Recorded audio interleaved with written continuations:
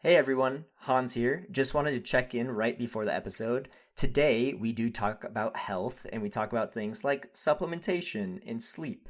But just want to give a caveat disclaimer up top that we are not medical professionals. Everything we say is just our own personal experience. So when we talk about supplements, we're not recommending anything, it's not medical advice. Okay, just want to get that out of the way. Please enjoy the episode.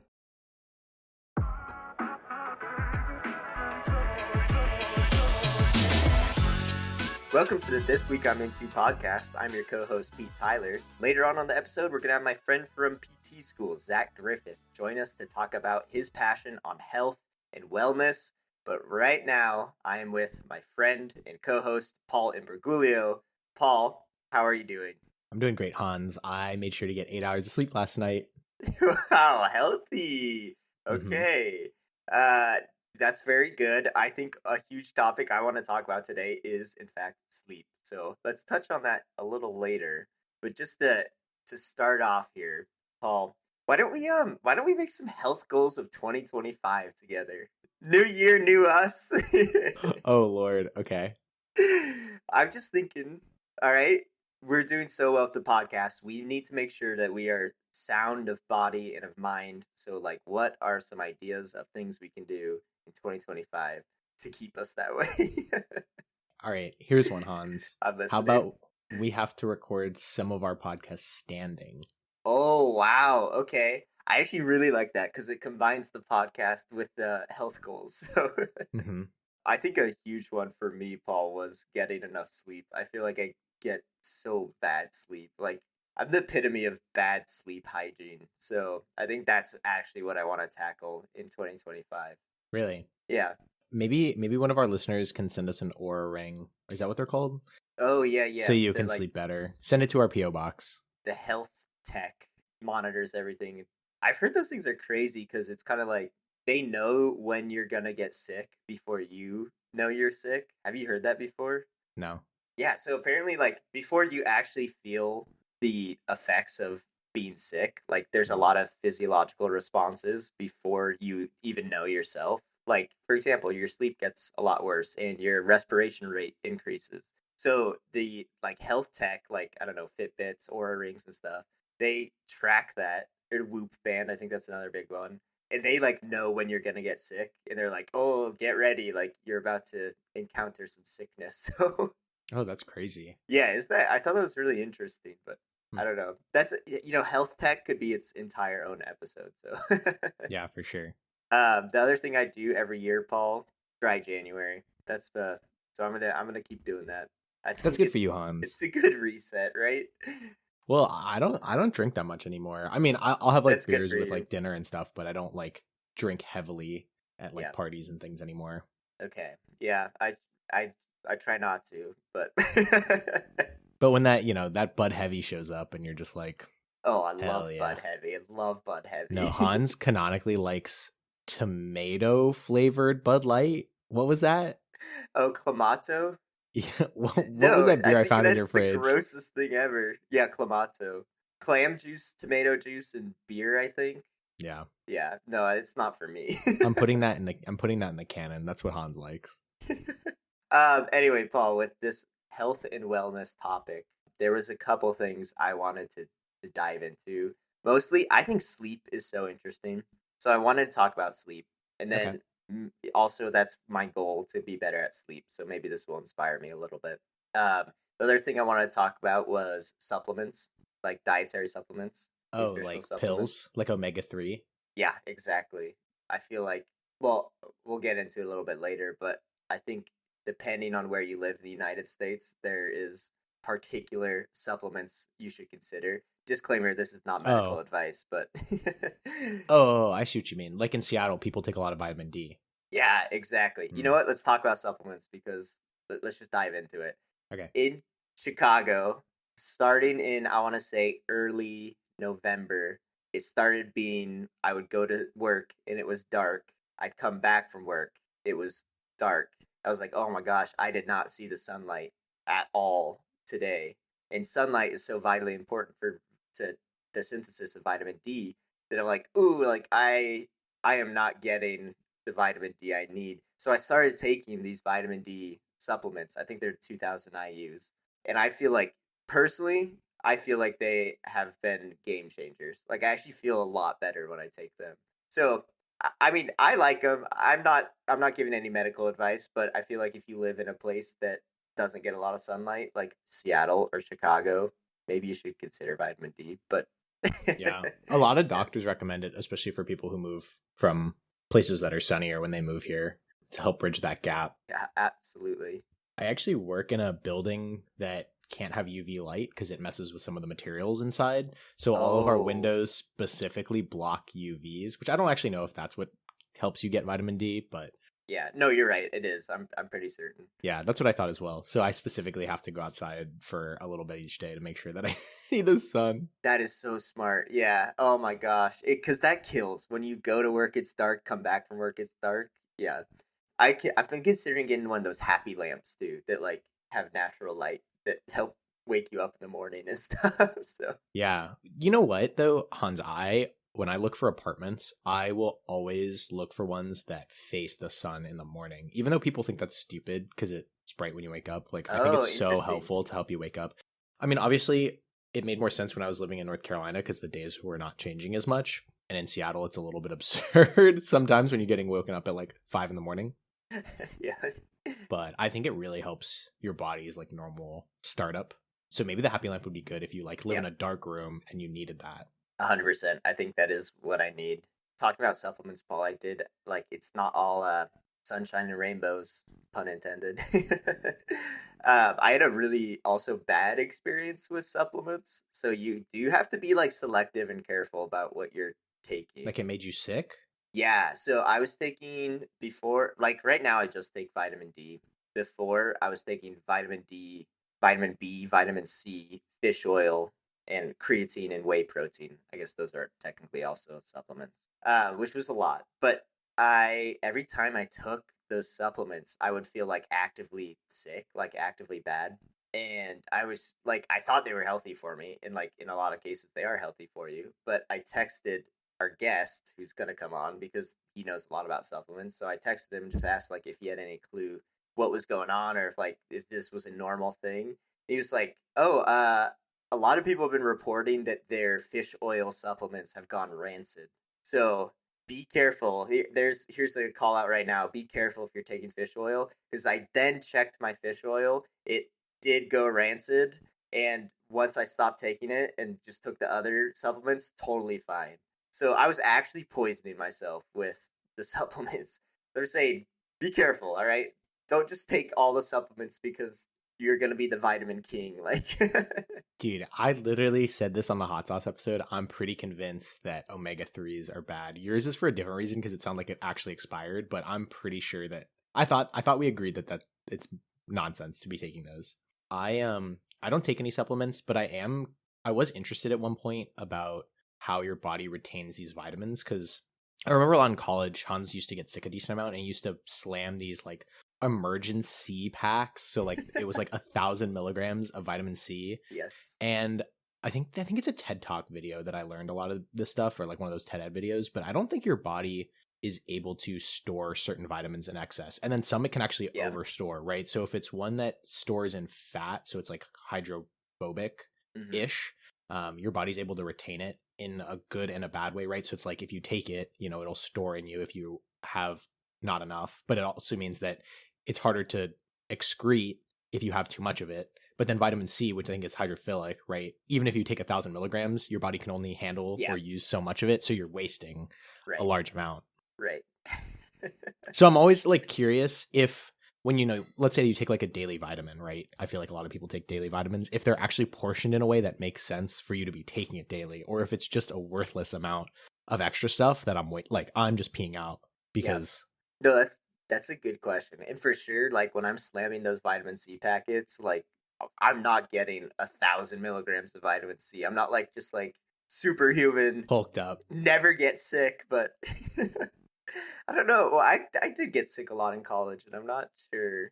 I think Well, he used to live in, a dorm room and then some basements and yeah, but you never got sick. well, I don't get sick. That's a personality trait of mine.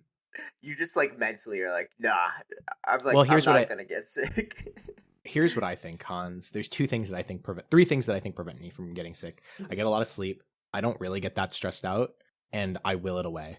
The third one being most important. Okay. Well, I get super stressed out. My sleep is terrible. And when I feel sickness coming on, I'm like, oh shit, here we go again.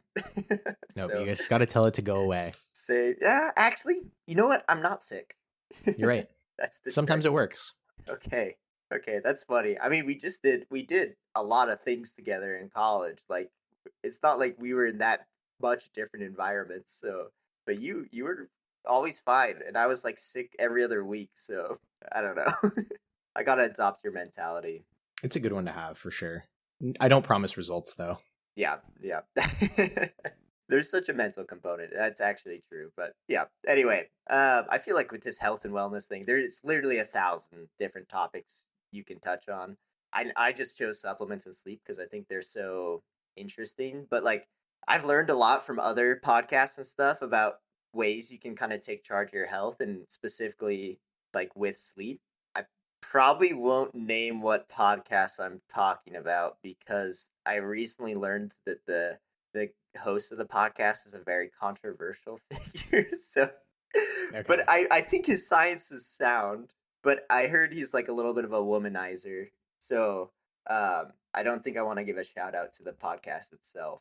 Um, That's all right. What did the science say, Hans? okay, the science was all about sleep and wakefulness and like optimizing your wakefulness and specifically doing it through circadian rhythms. So the podcast host is like a scientist from Stanford, and he's all about circadian rhythms. And there's like kind of ways you can take charge of your circadian rhythms, which I thought was like super interesting, like just ways about optimizing your sleep. And specifically in the morning, kind of 3 steps you can do that I really like is one, Paul, I don't think you're not a coffee drinker, are you? Not really, no. Okay, well, I am a coffee drinker every day. So, step one is wait at least an hour before ingesting any coffee. That guy clearly doesn't know anything about coffee drinkers. Yeah, no, okay. I mean, I agree. Way easier said than done. But I think the idea here is that you have like a normal rate, like you have a normal rise in your stress hormones, like your cortisol levels every day, and it kind of spikes as you wake up. But you have to give yourself an hour for that cortisol to actually rise like naturally as it should. I think coffee actually spikes it, and then that makes you crash later. But if you give yourself enough time, you have more of like a natural path. Is the way I understood it. Please take everything I say with a grain of salt. No, that's interesting. Yeah, and then number two, which Paul you kind of touched on, was like getting sunlight on your face as fast as possible, like when you get up in the morning. So you said, I look for an apartment that is facing the sun in the morning. Like I think there's actually that's very legit. Like there is science to back you up there. No, that's good. I mean, and I think that's why people have the like little sunrise lamps. Yeah, exactly. So if you're like me, living in Chicago, who's waking up at, between 5 and 6 in the morning to get to work and then coming back at like 7 or 8, then, and you never see the sunlight, you might need a little assist with getting sun on your face in the morning. So I think that's where the happy lamp, I think I'm going to commit and just get a happy lamp because they seem worthwhile. So Yeah, everyone who has one seems to like it that I yeah. know. Number three, Paul, is, and I think this is the toughest one, and this is one that I have the hardest time abiding by, taking a cold shower in the morning. It's hard because one, I like. Well, I'm a night shower because when I get up in the morning, I'm trying to get out of the door in like 30 minutes. Oh, really? Are you like, I'm like up. I have my breakfast made the night before. yeah, maximize sleep time? Exactly, and it's not even maximizing sleep time. It's just like, oh, well, I get up at 5 to go to work, which I guess maybe you do too. But I feel like that's somewhat early, and I just don't want to have to get up any earlier if I had like a whole morning routine. So I'm just trying to get to work as quick as possible so I can sleep as much as I can until that very last moment. Well, there you go. That's why you're getting your 8 hours, and I'm struggling a little bit on my Well, I also go side. to sleep at like 8, 9 o'clock these days. So That's awesome. Actually, I will say the last clinical rotation I had was really early hours, and so sometimes I was waking up between like 4 and 5.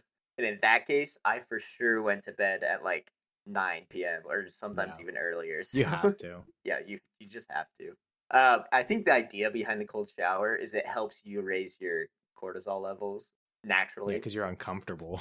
But I think the caveat was you have to be in control of the stressor that is increasing your cortisol levels. So you can control the temperature. So like mentally you have control of that. But like if you're like walking to work and it's freezing outside, That doesn't like count because it that is doesn't freezing. count. Yeah, that doesn't count because I for some whatever reason like having the internal locus of control like does make a difference. I don't know everything behind it, and again, take everything I say with a grain of salt because I'm not a scientist from Stanford. So,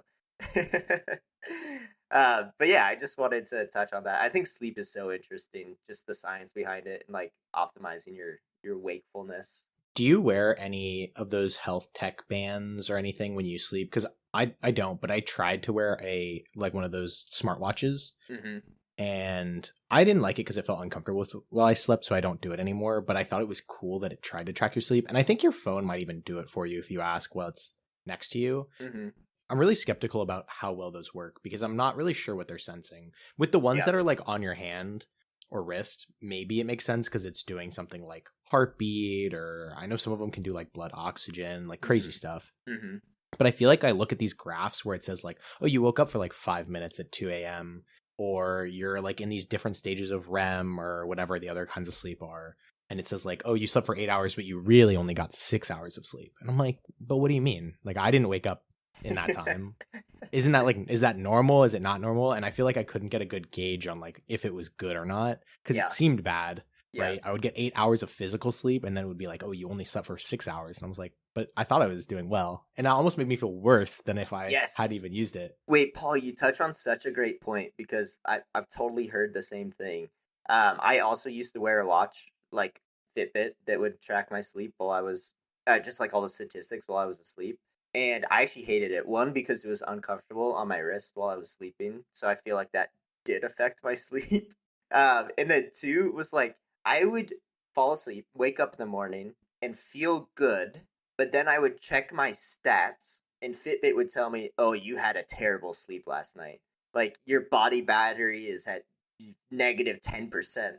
And I'm like, It's not "Oh, even possible. so I actually don't feel good right now. I slept like shit and now I feel like shit." So which so I like totally mental, but like I don't want those statistics. Like if I feel good after a night's sleep, like I just want to feel that. I don't want Fitbit to tell me that.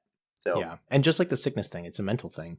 I'm yeah, convinced. I think there is such a huge mental component to all health and wellness things. So Yeah. yeah. Anyway, Paul, was there any other topics you want to touch on? I do have some fun facts for you as well. Yeah. The one thing I wanted to talk about was food. Is that a Ooh, topic that he wants okay. to talk about? Yeah. We can Zach talk does. about food. Okay. The only thing that I want to talk about food was the food pyramids or food guides put out by the USDA. Okay. Yeah. Because, I mean, I'm sure everybody has heard like the amount of things you're supposed to be eating, right? Like so much protein, so much vegetables, so many fruits, whatever, whole grains, non-whole grains, whatever it is. I don't know what the correct thing to do is because I'm sure it changes. My dad was telling me when he was a kid, they told him to put sugar on cereal, and now it's like obviously not cool, right? So it changes a lot. So I was looking up the old ones because Hans, I don't know what you remember your food pyramid to be, and I'll ask you after I read this first one, like what you learned in elementary school. But the first one that I could find was from 1943, and it had like a lot of the regular things you had. So it has sections that says like green and yellow vegetables. It says orange, tomato, and grapefruit is its own group. It's got like milk products. Oh, what? Yeah, it's really absurd. But one of the groups is butter and fortified margarine. And so it's just so curious Oh, to see that. seriously? Yeah. As in, you should get an allocated amount of butter every day. Yeah. I mean, I don't know exactly if the portions are equivalent. They look like it on this graphic, but yeah, it literally has like group 1, like green and yellow vegetables. And then next to it is group 7, which is butter and fortified margarine. And then there's like bread, milk, meat, potatoes and stuff are one of them. Wow. Okay. And Interesting. 1943, like if you can think is wartime, so like maybe it's different and that's what they had. Sure, that's a good point. but it is like the 7 food groups, I guess, of that time, which is pretty crazy. But do you remember like what your food pyramid was? I kind of do, and I also remember at one point they changed it from a pyramid to a plate.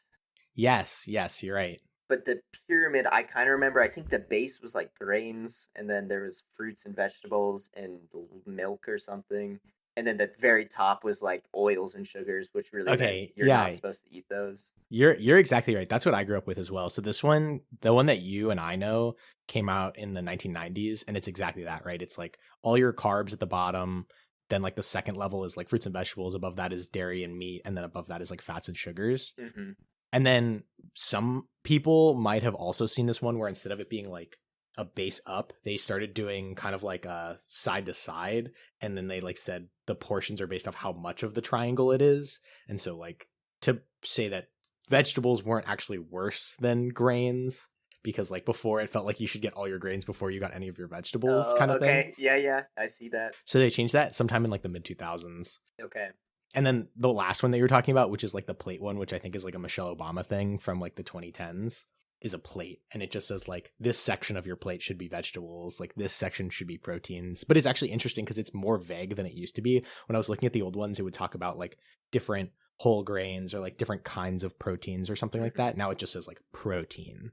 Oh, okay. Okay. And it's I mean, and you know, for better or worse, right? I'm sure the USDA has to be kind of like holistic or pretty vague, but Yeah, I also kind of think that it is always changing. I feel like we don't actually know 100% food science wise about what the optimal diet, especially for kids, are. yeah. So I feel like it does change every, decade. Yeah, and just thinking on the trends, right? Like not even considering diets, like there's like all these things like keto or like no fat, no gluten, or intermittent fasting, like all this nonsense. But like just thinking about like general food trends, like I think I remember there being like, oh, we've decided that like fat is the enemy, and then like sometimes it's like no, sugar is the enemy. And Yeah. then there's like on the flip side, there's all these superfoods that come out every couple years, like acai is like a superfood, or Yes. these Yeah. like random fruits from tropical countries that you've never heard of, and they're like, oh, it has antioxidants, so it's amazing.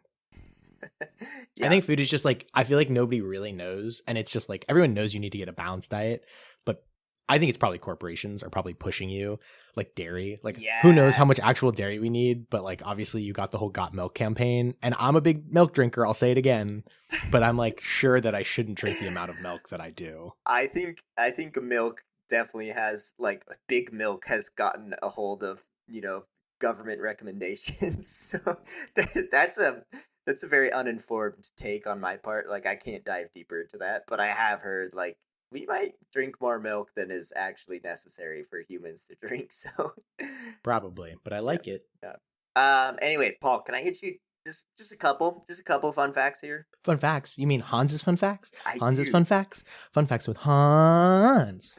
Thank you, Paul. All right, fun fact here.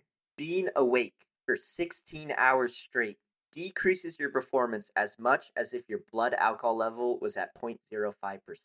Hmm. They So, do when always people say it's like say, driving drunk. Yeah. yeah, they say don't drive tired, right? It's as dangerous as driving drunk. Like, there's legitimate science behind that. Also, caveat, I got a lot of these facts from zquill.com. Like, Like the the sleepy. medicine. Yes. Yeah. So please, like as always, take it with a grain of salt. But okay. Anyway, I thought that was really interesting because people say don't drive sleepy because it's But like, isn't that the drug that makes you tired? Like NyQuil? Maybe they're well, I telling mean, you not I to think drink or yeah, sleep it's when drive. your cough is keeping you up because it's painful that you take it, so you get sleep. I think is the idea. Anyway, daylight savings is obviously a very controversial topic. All right, we're talking about sleep again here. Right? Do you have an opinion on daylight savings, Paul? I'm not a fan of it. I'd actually rather my afternoons be bright than my mornings be bright. Really? Okay, yeah. Well, because by the time that it happens, at least in Seattle, it's already dark in the morning, so the hour doesn't really make a difference, but it really makes a difference in my afternoon. No, I'm with you. I don't mean to sound shocked there actually, because like I 100% agree. Like it that stinks when when your morning is like doesn't the sun doesn't rise till like 9. Like yeah. But anyway, daylight savings. It's controversial, right? It's terrible for your health. Hmm. On daylight And savings dogs. day. Oh, for dogs too. Yeah, that's actually Yeah, true. I've been because hearing they get about that. hungry. Yeah. Yeah, their rhythms are off. But fatal car crashes raised by 6% on daylight savings day, and heart attack risk increases by 24%. So it's bad for your health. I always see legislation that they're going to get rid of it, but I never actually know if it's happening or not. I thought this year was the last one, but I could be so wrong. Oh, I have no idea actually. I think Yeah. they should get rid of it, but And some states don't even do it. Like my friends in Arizona, I get confused now because they used to be on our time zone and now they're not. Now they're on your time zone, Hans. now they're on my time zone. So, back in the day, a lot of these are about sleep. Just so you know, back in the day, before alarm clocks were invented, it was someone's job to be an alarm clock. So one job in early England was you would go to people's houses and just knock on their windows and say it's time to get up. So that meant you were awake through the night so that you could get other people up when they were supposed to get up. So you were the human alarm clock. It's not a city bell. I wonder if that's the you know at hotels where you could ask for a wake up call? That kind of Yes. reminds me of that. I guess it's Yeah. way less in I guess it's not that hard cuz they probably just set an alarm to call you. Yes. Anyway, I think that's all the fun facts I want to bring up today. So we'll call it good there. But Paul, you want to hit us with any health and wellness resources? Anything in your pocket? Anything in my pocket. I would say that I'm probably the least informed about health and wellness. I just live my life as I just Okay. vibe. Yeah, Don't follow just fine. anything. I'll just give a quick shout out to. I hope he shouts it out, but our guest, he has a weekly newsletter, like a blog kind of thing called Healthy in Bulk, and he just like dives into a different health topic every week, sends it out to your email. And he's actually, I feel like, very informed and does a really good job with those. I think they're really entertaining. So Healthy in Bulk, look it up. Sweet. I think that's all I have. So Paul, with that in mind, let's bring on Zach after the break.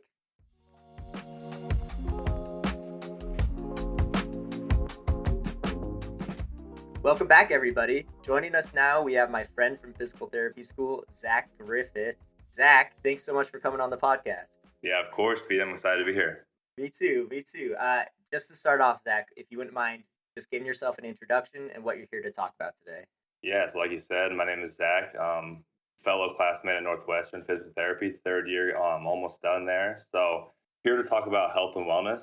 I am a personal trainer as well as going to be a future physical therapist. So I've kind of dove into the aspects of health and wellness over the years, starting at a pretty young age in high school and have developed since then. So super excited to talk about it and answer any questions you guys have.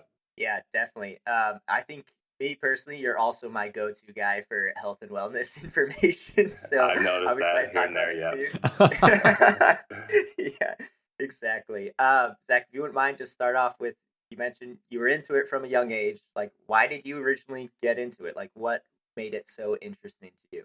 Yeah, I've actually thought about that. I don't know exactly like when it started, like that one moment. I wish I could go back to it, but I know late in high school when I was focusing on basketball, it was like I'm a big guy. Can't tell on the screen, but I'm 6'6", so I was kind of born as a taller guy, but also not the most athletic. So I was trying to find ways like, hey, what kind of advantage can I get over my competition? And that was when strength conditioning was getting more popular, some nutrition stuff outside of just like focusing on football. Like basketball athletes were showing more of their programs and everything. So I actually made a strength conditioning program for a high school basketball team as a senior, and I gave it to everybody who were going through it. And that's when I really kind of took off.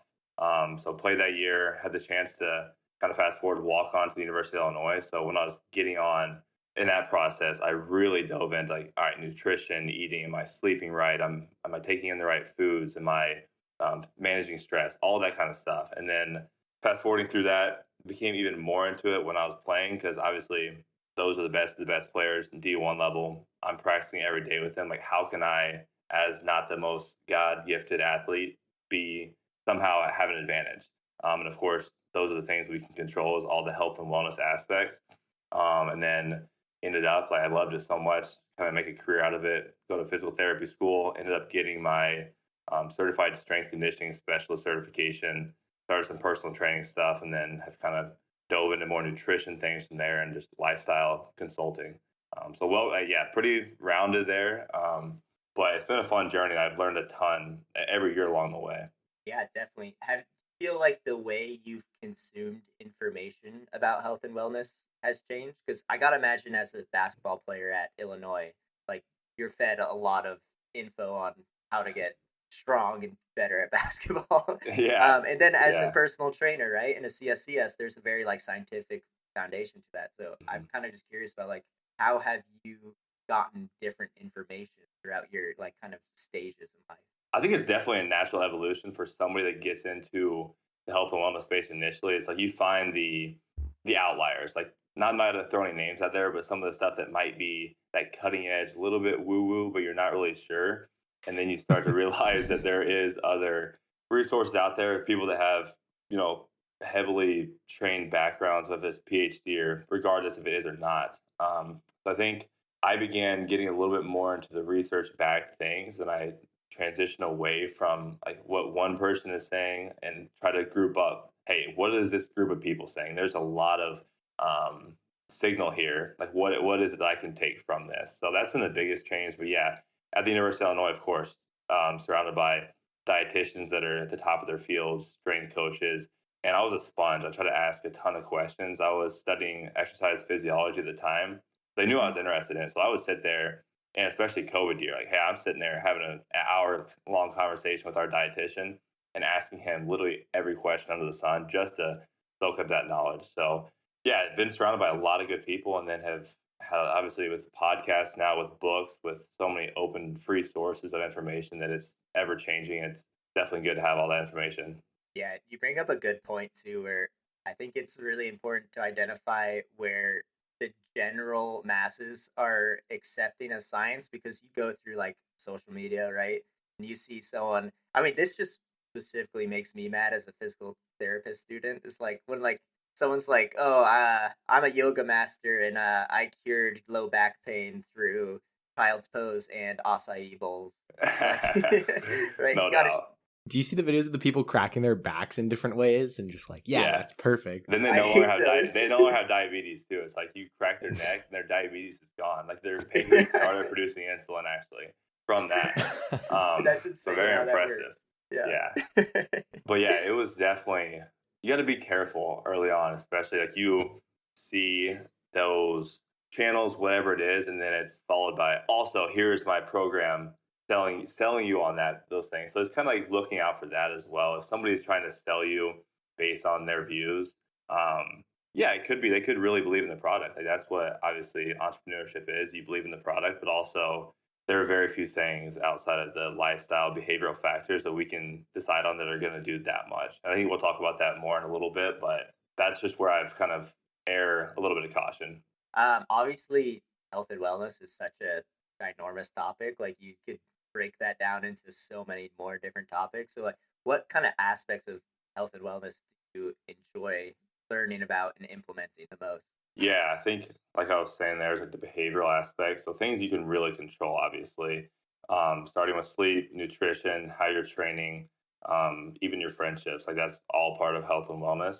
But I think flipping that a little bit, what I really enjoy from personal training is that initial stage of like that couch to 5K stage. Somebody is not doing anything, the health and wellness aspects, they really aren't aware of what to do. And you give them a couple things and how much it's like those newbie gains, like how many profound benefits they see in their life, and then it's a domino effect from there. So I really like that. And then on the other end, complete other end, somebody that's been dedicated to health and wellness for 10, 20, whatever years it is, fine tuning the performance enhancement of high performance. You know, you follow people on YouTube that are just at the peak of their fields and how they're dialing in every aspect. So from beginning to end, it's like there's always something to be gleaned and improvements to be made. So it's just like you can get in from any aspect of it.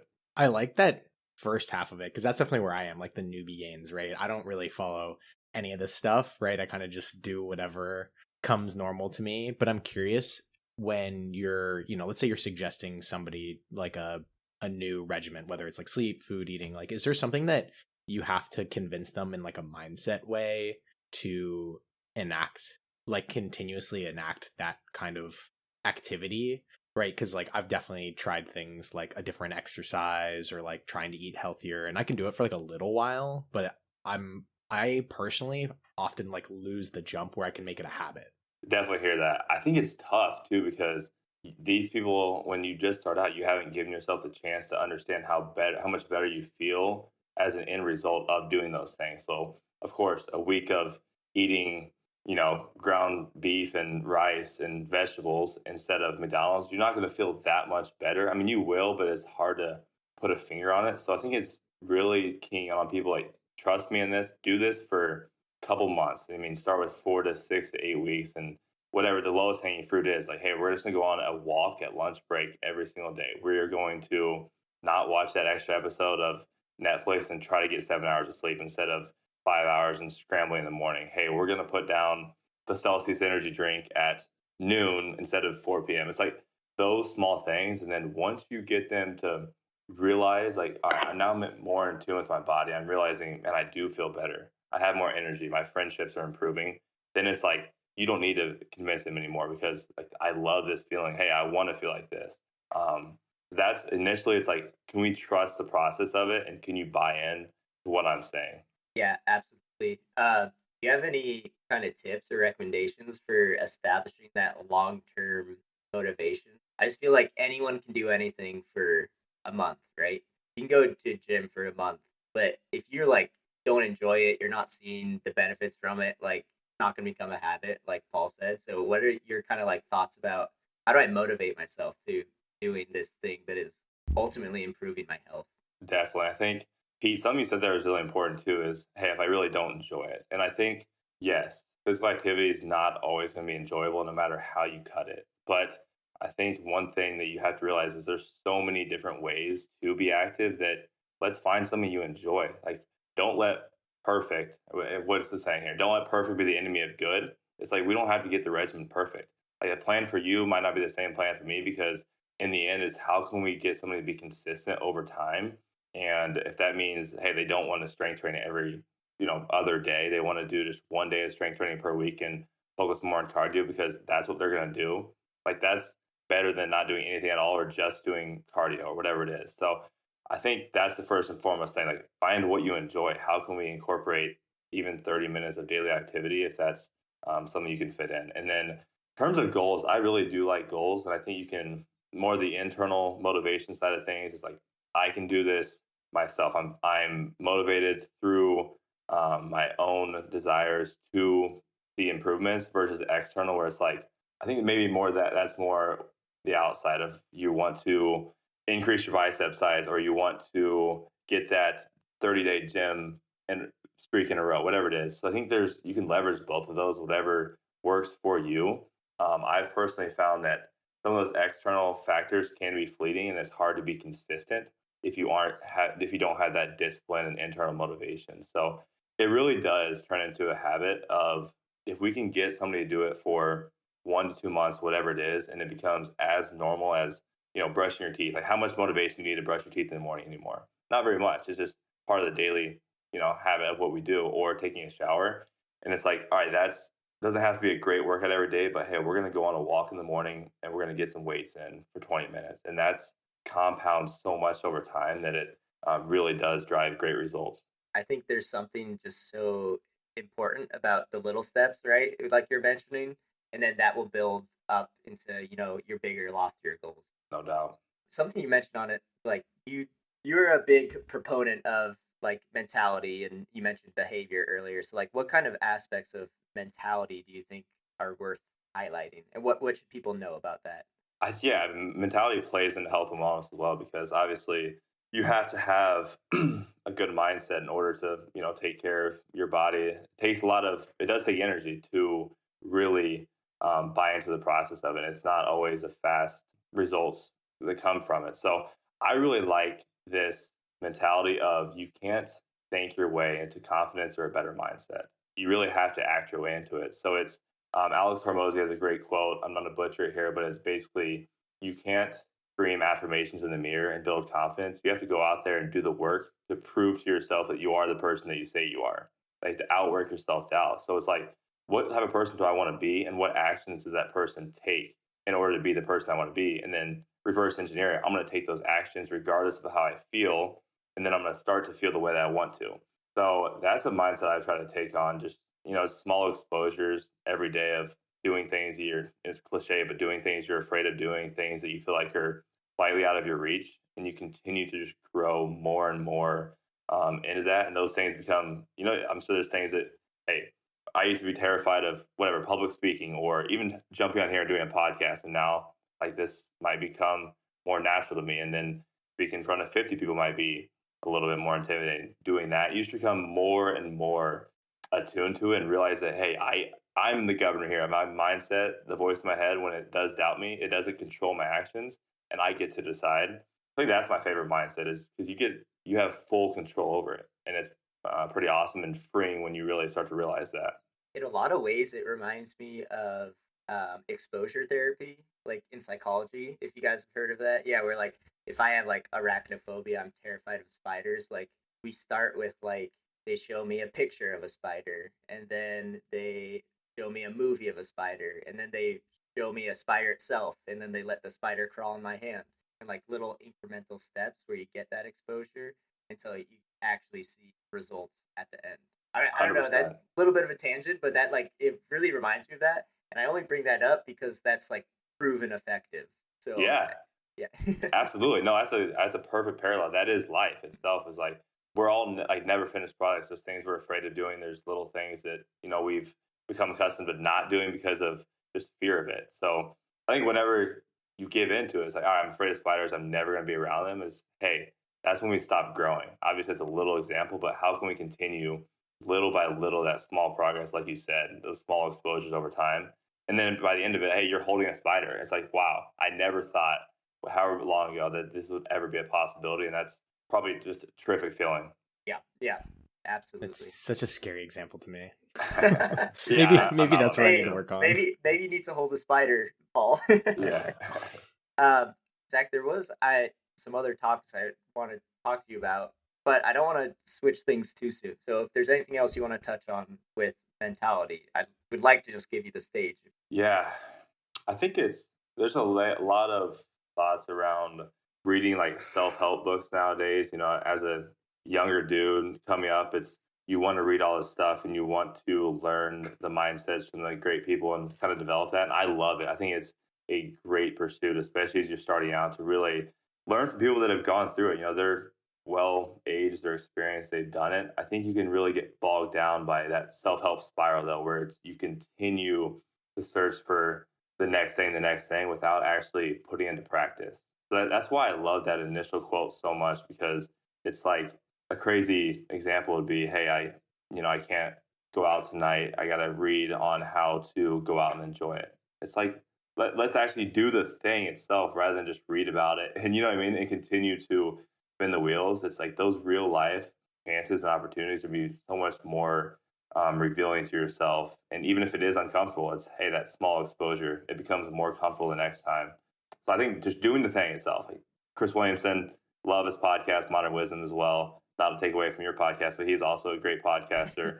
And it's like, do the thing. Like you can't just say you're going to do the thing, read about doing the thing, talk about doing the thing, or write about your schedule and doing the thing. Whatever that thing is, like do the thing itself, and then you get better at it. So those are pretty similar, but I love those mindsets. And I think reading about it is great. You can continue to feed and fuel the fire, but again, put it into practice. And that's where it really matters. Yeah, absolutely. You have a specific example from that? Was that public speaking thing drawing from real life, or just Absolutely. curious? Yeah. Absolutely. Yeah. So for sure, I mean, everybody, I mean, I would say majority of normal people don't really love public speaking. And I was definitely afraid of it, high school and stuff. And those small projects like speech class, I was really afraid of it. Once you do it, you feel better. Hey, I can do that. But then the next speech comes, your heart's still racing. You're still nervous. Like, why am I still nervous? But you keep getting better and better. And I think what was really revealing to me too was last spring, my brother got married. He asked me to give the best man speech. So he probably told me a year before. That's terrifying. So that entire year, I'm telling you, like, there's probably very few days go by that I'm thinking, at least at some point, like, I have a speech coming in front of 200 people in a year. And it's, that fear starts to set in. So whatever it was, doing small exposures, I'm giving the speech in front of a small group of people. I am trying to be a little bit more outspoken in a certain setting that I wouldn't be to show myself I can do it. And then it really came into, and I'm a true believer in this, is if you prepare to the point where you know it like the back of your hand, your nerves go away. I was shocked. I didn't have too many alcoholic beverages beforehand. I had two or three. The mountains were Probably a blue, good but call. yes, it was very good level, and I was like, man, I feel really good right now. I'm prepared no matter what happens. If a baby were to start crying, if somebody were to throw a drink at me, it's like I know where I'm at in this speech. I know where I've been. I've done this many times over. But yeah, that's one of the things. Like, all right, now I know I can speak to a group of 200 people. If I'm prepared, I feel good about it. Wow. Okay. Yeah. I Yeah. feel motivated from that. That's like Hey, let's go. Wait, yeah. I think it's pretty cool that you were saying like too like the mentality change was like kind of affecting the way that your body reacted, because I also get like very nervous whenever I have to speak in public, but it seems like you were somehow able to shift, like use your mindset to shift like how your body like physically reacted, which I think is pretty interesting. It's crazy. The mind body connection is a true thing. Yeah. Like it's truly came down to preparing myself so much that the nerves went away. I think nerves are normal, but a lot of that is because of course you're afraid of messing up. You're afraid if you don't know what you're talking about. But when you truly know, like your brain knows, like I know what I'm talking about. I've done the work in order to be successful here. Yeah, the body's response does start to change as well. And I kind of spinning off that, when you start to review stress as beneficial instead of like this is because hey, I'm excited for this speech. My brother's getting married. Like what a treat it is for me to come here and be able to talk to 200 people, joke about my brother and his now wife's relationship, and like that is it's a blessing. So it's like I should be excited. My heart should be racing. I should have a tightness in my chest. Once you change that perspective, it completely changes your outlook on it, and you see that less as like a panic response and more of an excitement response. Yeah. No, that's interesting. I like the stress like topic too. I don't often think of stress being like a beneficial thing. And I'm kind of wondering if you want to touch on stress just kind of holistically. And I was originally going to say like how much having stress like might harm you, but maybe there's a little bit of room for it to be beneficial. Definitely. And it's kind of a conundrum too, where you think about, yeah, stress seems like bad, right? But it's like that hormetic response of little stresses over time. Like if you think about physical activity itself, that is a stressor on the body. If somebody were to test your levels of blood pressure, heart rate while you were being physically active and they didn't know you were active, it's like, hey, call an ambulance. This person is going through it right now. But really, you're being active and you're lowering those markers for a future date. So those, I think you view stress in the short term as very beneficial. Those small, again, those exposures of how can we press into this discomfort of our muscles are burning, our lungs are burning, but we're also knowing that it's going to lead to growth in the future rather than chronic stress. Obviously none of us want to be chronically stressed. If we're always sympathetically active, like fight or flight, of course, downstream things that are negative come from that. But if you can buy into that short-term discomfort, leading to future more comfort, I think that's a huge hurdle to step over and to start to believe in the real changes that can be made. Yeah, absolutely. It's been a really long time since I've been in biology, but I do remember like talking about hormone responses and stress specifically. Like stress in the short term, actually a great thing. Like your Yeah, body responds to it. Like for example, your like immune system actually peaks with short term stress. It can help you sure. fight things. But then people are like, "Well, I'm stressed all the time. Like, why do I get sick because of it?" Well, it's because like it's the long term stress that actually like degrades your bodies. So like yeah, like you said, a controlled stress like you get with exercise, actually good for your body. Yeah, crazy. I think like don't want to butcher this either, but the Wim Hof thing. If you guys have heard of Wim Hof, the Wim Hof method, breathing, the Iceman, he was like famous for tons of Guinness World Records of underwater swimming under an ice sheet, like just crazy stuff. Nothing I would recommend, but he has this breathing method, and it's like hyperventilation. I haven't really bought into it a whole lot, but basically it elevates your stress response so much that they would inject him with E. coli or some snake venom. Don't quote me on any of this, but somehow his What? stress response was so high that he had no reaction to it. And it's like that, yeah, that's that short term, how much he could get his body stressed out that it just wouldn't even, he Yeah, didn't get like before the it shuts downstream negative down. effect to it. Yeah, it was crazy, insane. Oof. Okay, that's baffling actually. Yeah. Interesting character for sure. Okay, so you heard it here. Don't No, quote I me think the though. whole point was you don't hear it here. Hmm. Yeah, you did not hear it Yeah, do your own here. research on Wim Hof. I know he has YouTube breathing methods that are like millions and millions of views. People do it all the time, so something to think about. Okay, all right. Speaking of stress, something I want to talk to you about, Zach, because it's been something I've been like really interested, especially lately. Probably because mine is really bad, but sleep hygiene, sleep Mm. science, and just like how you effectively use stress to like optimize sleep and optimize wakefulness. Wondering if you had kind of like insight into that.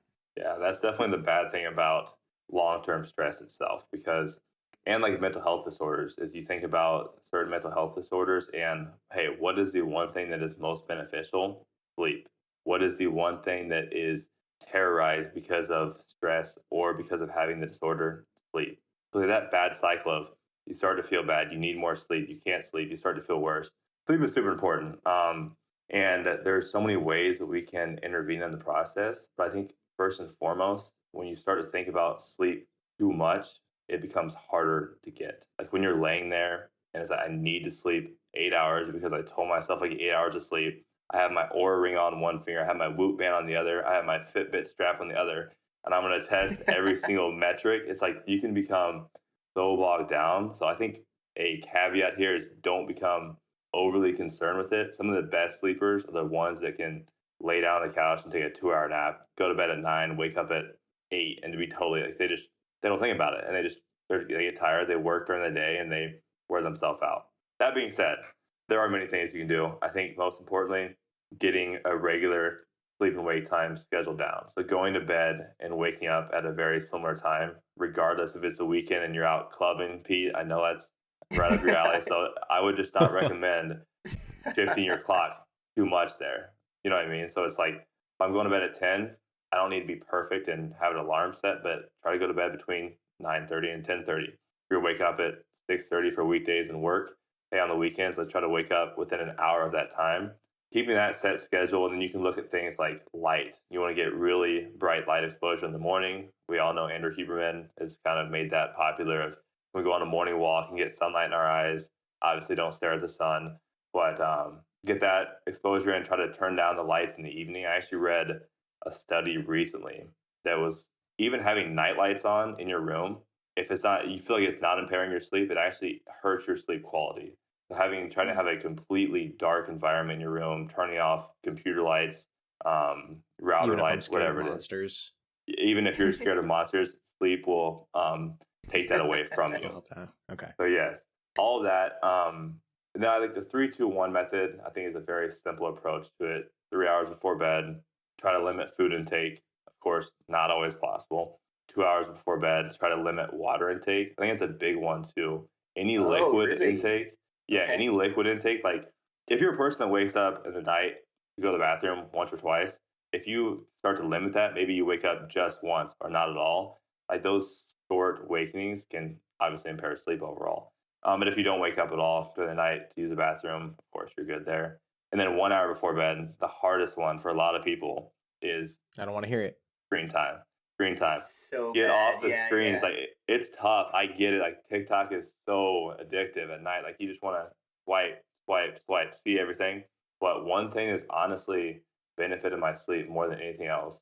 I'm not always off screens an hour before bed, but when I lay down, if I read a fiction book and I just like get lost in whatever it is, like some dystopian novel, like I get tired within 8 pages over under and I am ready to go to bed. It's like it's pretty crazy. Just like letting your body relax and having your routine of like, all right, now it is my time to go to bed. I'm gonna make my cup of tea. I'm gonna put on my cabin socks.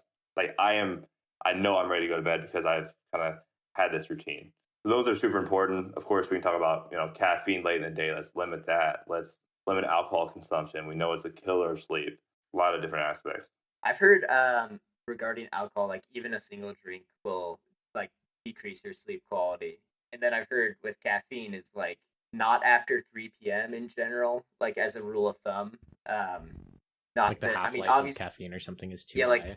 obviously it Yeah, affects everyone differently, but like yeah, the idea is even though it doesn't seem like it, like caffeine is still in your system. Yeah, the half life is what, 6 to 8 hours, I think. And so if you have a couple of, or if say you have a Celsius, 200 milligrams of caffeine at 3 p.m. Hey, at 9, you have 100 milligrams still hanging around. Obviously, depending on your metabolism, how you handle caffeine, and even if you feel like that's the biggest thing with sleep that I think, thankfully, these podcasters or whatnot have made more popular is just because you were not conscious does not mean you slept good. Like the quality of your sleep matters so much. And alcohol, hey, I can drink a few, whatever it is, fireball shots and go to bed and I'm like Is that your zonked. go-to? No, it's not. I'm zonked for 10 hours. But hey, because the quality of my sleep was terrible. And I did have a Whoop band there for a little bit and I poked fun at it initially. But once you start to realize, like you said, the one alcoholic drink or that caffeine in the afternoon can how much it can impact it does start to change your behavior. I think with the alcohol front, if you can front load your alcohol consumption, if you're going to drink, hey, maybe day drinking is better than night drinking because it's more out of your system. You heard it So here that's first. that's another benefit of day drinking. It's like let's drink early in the day, and then it's out of our system. We can eat dinner, we can watch a movie, and we can be in bed by 9, and we're feeling better on Sunday morning. I'll show that to my boss. Yeah, it's a proven statement there. So So when Paul, you show up to work with your bottle of I know. Baileys. Exactly. It's in my morning coffee now. I want to front load everything. Wait, Zach, I also just wanted to just take one step back and talk about the liquid thing real quick. Just clarifying question. Is that is liquid 2 hour before bed? Is that like the liquid is actually affecting you, or is that only if you have to get up to go to the bathroom? This like the interruption of the night. I think it's only if you're getting up to go to the bathroom. So if you're somebody that doesn't get up and go to the bathroom, obviously older guys that have issues with prostate health, whatever, like they're more prone to waking up 4+ times in the night. That can be a really beneficial thing. For younger guys that don't have a problem with it, I wouldn't overly concern yourself with it. I'm definitely I chug a lot of water before I go to bed, and mainly it's because I think it's the worst feeling in the world to wake up from dehydration. Really? Like a sore But then, throat. Yeah. then that me first sip of too. water, dude, when you chug that water in the morning, how good that feels when you're just absolutely I still parched. do that. Okay. Yeah, I think I do it. I think I'm the same as Hans. I chug a huge glass of water before bed, and then again when I wake up. That's Yeah. interesting. And sometimes I feel like I wake up not because I have to pee, but because my mouth is dry. Yes, that's where I'm at. So if it's the Okay. interrupting thing, then I Okay, feel like so I'm it's better off personal. having liquid before bed. I hear that. Hey, if that works for you, I think that's great. I think as well, if you do want to take a step further and get into the weeds, then maybe adding some electrolytes to that water. Because if you're drinking straight water, you urinate more of it out. Electrolytes kind of hold on to that water more. You're less likely to wake up in the middle of the night and use the bathroom. So if you want to add a little pinch of salt or an electrolyte powder to that, might be able to take it a step further. Okay. Like I love that. Cool. I'm learning. Little tip there. Yeah. Oh no, definitely. Yeah, I just think the sleep stuff is so interesting. The no phone before bed is something I personally am so bad with. Impossible. Like Yeah. it's like literally habitual for me now, and I know it's bad for me. But me and Paul made some health goals before, and I think mine is gonna be improve my sleep hygiene. That one is Good, not yes. mine. I've always grown up with like a TV or like a radio. Well, when I was young, it was a radio, and now it's like a TV, and now it's actually my phone. And I feel like I actually fall asleep better to noise, even if my phone is like face down, and I just like put on YouTube videos and I'll just like listen to them when I fall asleep. That's So insanity. I don't know if I've like That's insanity. tricked my brain, and maybe I'm getting awful sleep, but I don't think I am. No, But I mean, I fall asleep so well to noise. yeah, it's just a lot of it is how you're raised. Like a lot of people went to bed with the TV on or listen to white noise, whatever it is for you. I mean, I don't know how like a YouTube video I could fall asleep with somebody talking in the background. I do like having a box fan or something that's a constant noise in the background. But I think that if it's not a bright light and any noise, I don't know how much that impacts your sleep. I think it's an experiment you'd have to do yourself. Yeah. I know. I don't want to find out because I like watching YouTube and TikTok when I go to That's fair. sleep. Hey, that's fair. Life's too short, man. You can't. Or if that's your time to watch TikTok, I say watch TikTok. But when you start to realize my sleep Yeah. quality is impacting my life in a negative way, then maybe Then we'll it's time fix to it. reevaluate. Okay. Yeah. I think that's Next year's New Year's resolution could include that, but not this year. oh my 2026, baby. gosh. Already making your 2026 resolutions. No, I think that's actually a very reasonable approach. So I appreciate that, Zach. um, Zach, that I think the other thing that we just kind of wanted to get your opinion on was like supplementation, dietary, nutritional supplements. Me and Paul talked a little bit about it, and like personally, I'm a big proponent of vitamin D living in Chicago, right? Like I don't get a lot of sun, so I feel like that has improved my health. Caveat, this is not medical advice, but I'm wondering if you have any opinions on like supplementation and using it effectively in your lifestyle. Yeah, definitely. Like, disclaimer, as you said there, non-medical professionals just chopping it up about supplements here, of course. Yes, I think supplements are great. However, the definition of supplement itself is the addition to something that's already existing within us. So it's like I don't like supplements being used as a band-aid approach of somebody who has a terrible diet, they're getting terrible sleep, they're stressed out. Of course, there's some things that can help with those supplements that can help with that kind of stuff, but it's like we need to establish the meat and potatoes, the basics first of those behavioral things that really push the needle the most. And then the supplements are those sprinkles on top that can really take you to the next level of whatever it is that you're trying to improve.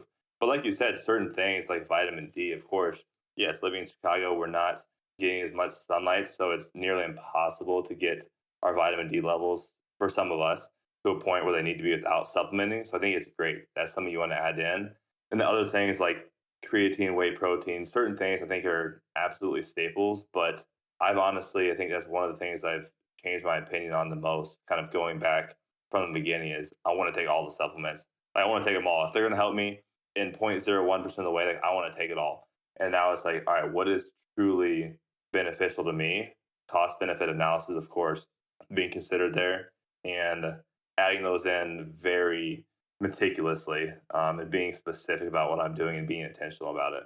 So when you say you're adding them in meticulously, are you talking about like thinking about, let's say it's vitamin B12, don't really know what it does, but you're like, hey, a normal pill is 100 milligrams, but I think that I only need like half of that? Or you're saying, or is it more like, hey, I think I get enough of protein or I get enough vitamin B12 and I just like choose not to take that one because I think it's just giving me more than I would need as a regular diet?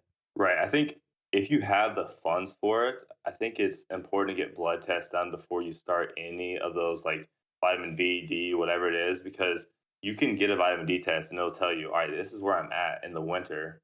And I can kind of tailor how many IUs I'm taking, international units I'm taking based on my level to get me to the point where I want to be.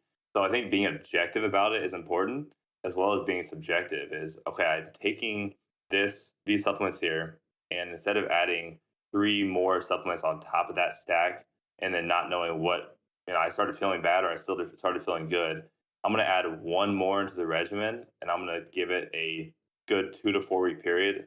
Hey, how is this making me feel? Am I noticing any changes from it? Am I even just 1% change, whatever it is, sleep quality is improving. I feel a little bit less stressed out. Like that is what I mean by being very meticulous on how you're adding them in, rather than, hey, I'm going to go buy this propriety blend of all this stuff. It costs $80 a month. And I don't know, I'm feeling all right from it, whatever. I'm going to keep taking that. So it's trying to really narrow down what's bringing you benefit. And then, of course, there's other supplements that can actually, they aren't meant for everybody. They can make you feel worse. And you need to be aware of that as well. Yeah, absolutely. I can think of a couple that have made me feel worse. Yeah, everybody's different. I won't name names, but there was one like daily vegetable replacement powder that I think it was like actively ruining my mornings because I hated the taste so much. Dude, I agree. So, because it tastes bad, not because it's making you sick. I No, always yeah, saw yeah, I think it's Bloom. Is that the one that I see a lot of? You don't have to tell me if it was that specific one, Hans, but I see so many ads for it. Bloom, so I mean, you gotta have, hey, if you have Bloom, you gotta have the frother. Right? It's the milk frother. I know the ads so well. For sure. Okay, yeah. I'm so lost. Like I don't know what that is at all. So it's just another one of those like green powders that turns into a disgusting looking drink to me, at least. Okay. Yeah. Yeah. That's the thing too. I think it's important, like you said there, Pete, is like a greens powder. Not gonna name any brands, but hey, if they want to sponsor the podcast, they can go ahead and sponsor the podcast. Still, we'll start taking it, but it's like I will Thanks, do. I that's Zach. have something the you frother in case they yeah, don't we'll provide have the it. frother, but it's like if that's not something you need or enjoy, it's like you don't because everybody else is taking it. How much is the greens powder really going to be benefiting you if you're already getting a good amount of vegetable intake, a good amount of fruit intake? It's like that's probably not doing a whole lot for most people there.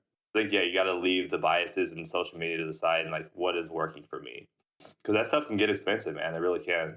Oh, 100%. Yeah. And I'm totally with you. Like, I personally, I actually enjoy vegetables, and I don't really have a problem getting enough vegetables in my diet. Hmm. So I feel like that one was one I added kind of because it was just popular. And, like, I Yeah, just saw it a lot and, like, oh, this is good for me. But in reality, I don't think I actually needed it. And yeah. it was really expensive too. So I did drop that one. I mean, they say, like, what the best multivitamin is food. So Yeah. I'm always worried with Exactly. those things that seem ultra processed that they're not as valuable of a source of whatever vitamins or minerals you're getting. I don't know if that's true. I know sometimes they say when things are like ultra processed, like bread, right? Wonder Bread is probably not giving you the same kind of quality carbohydrates that whole grain bread is or whatever. And I just Yeah. assume it's got to be the same with those powders.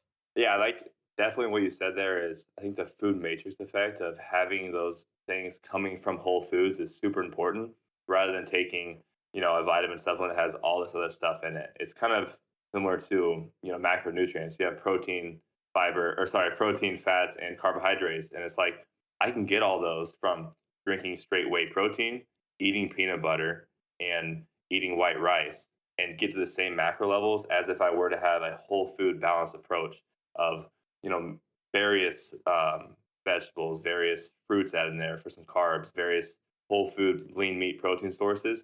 I think it's kind of easy to see which one am I going to feel better on rather than just rationing all of them out. I'm getting them actually through a whole food source, and that's super important.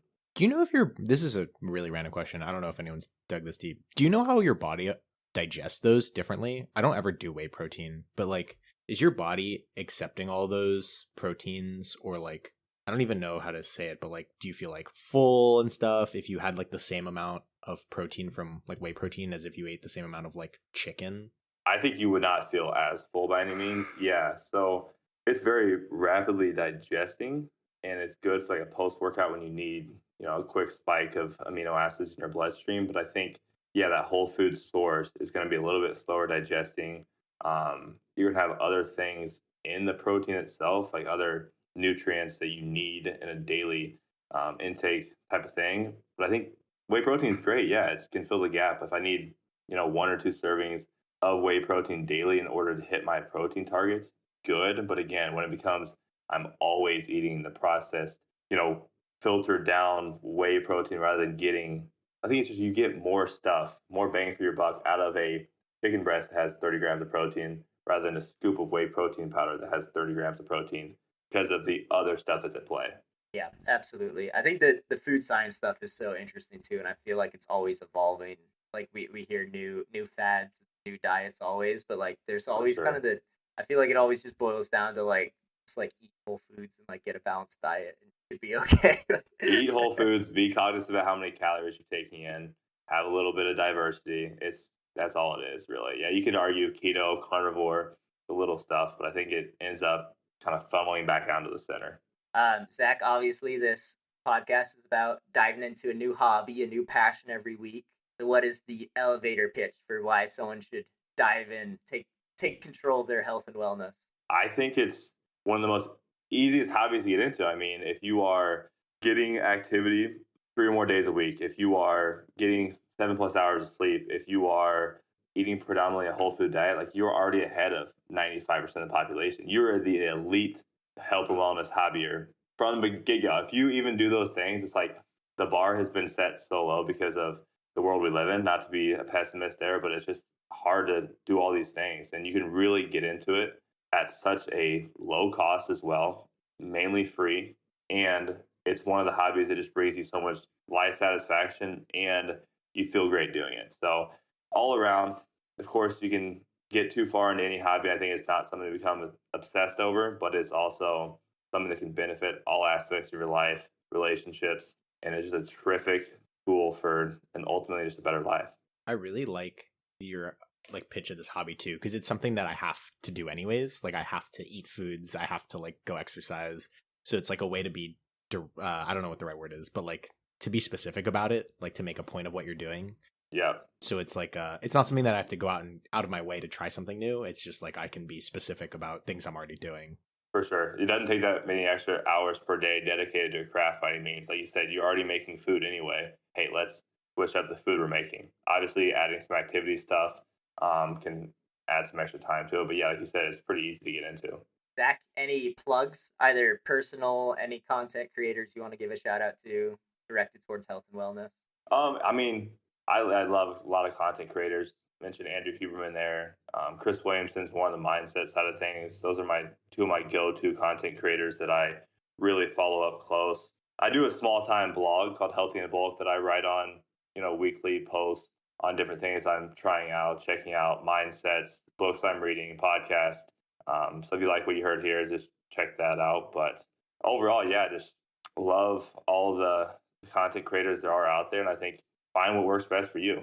And if you like what somebody's saying, you think they're a good person, and you think that they truly believe in the ideas that they're spitting out, then I say dive into them and start to pick up on some of their habits and see where it takes you. Yeah, it's awesome, Zach. I feel like you offer a very realistic and reasonable perspective on health and wellness. Like you don't have to go be a bodybuilder right now, For sure. but like implement little things into your lifestyle that ultimately grow to bigger goals. So absolutely love that. Zach, thank you so much for coming onto the podcast. I hope you get your full 8 hours tonight. Thanks, guy. I'm gonna go meditate, do my 30-minute yoga journal, and then do some yin yoga after that. Some more yin yoga after that. So I appreciate it. I appreciate having me on. That's a lot of fun, guys.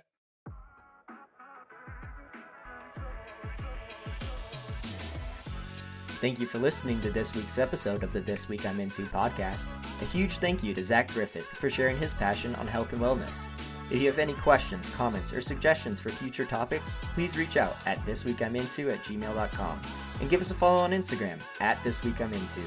Please rate us 5 stars and share this episode with a friend. We're doing our best to grow the podcast, and your help really goes a long way.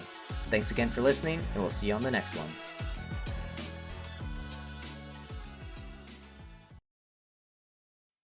And now, a word from our sponsor, but legally, they don't actually sponsor us. Oh, it's water. Wait, Paul, is this seriously about water? We aren't doing an Ozempic ad? Ozempic? Never heard of her. Just came up with this fun catchy tune from that Wizards of Waverly Place song. Anyways, you didn't think hydrated could be this refreshing, but it can, with water. Okay then. Forget complicated formulas and hard-to-pronounce ingredients. Water is scientifically proven to quench your thirst. Side effects may include increased energy and improved mood. And spontaneous dancing in the kitchen. Sign me up! Spontaneous dancing? Is Bugs Bunny getting into mind control now too? Paul, you're bleeding the episodes together. Stay on track. This is about health and wellness. Oh, okay. Sorry. Results may vary depending on how much water you actually drink. Consult your thirst before consuming. Ask your body if water is right for you. Spoiler alert, it is. Oh, water. Water, available everywhere. Stay hydrated, stay you. Seriously, go drink some water. And maybe ditch the Diet Coke while you're at it.